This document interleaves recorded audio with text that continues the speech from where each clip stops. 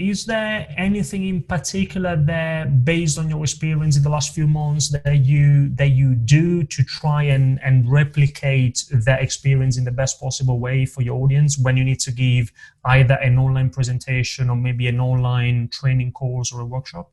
Yeah. Again, a lot depends on, again, the context, the situation, and basically the number of people, right? I did a webinar recently that had 1,500 people globally, 1,500 people.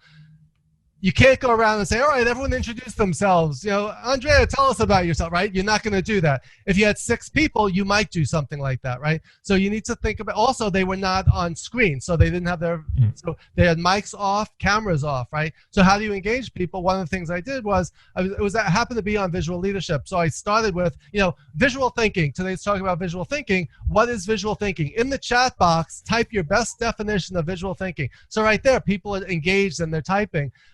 Using the whiteboard is a way, using polls, right? So there's ways to engage people in the process so they're not just passive listeners but active participants. Now, if you have fewer people, then you can really engage people. You could put people in breakout groups, and you could pose a question and put them in a group of 3 or 5 and then bring them back, right? So that's what I would say, is try to engage people as much as you possibly can within the constraints of the time limit, the technology, and the number of people that are in attendance. Absolutely, yeah, this is super important. And I think now it's even more important because online, it's even harder to keep the attention high. And so I think in a face-to-face presentation, I would say at the very least, even if it's an online course, not an online course, sorry, a training class in a university, it doesn't have to be a presentation, but at the very least, every 10 minutes, we should change something, we should do something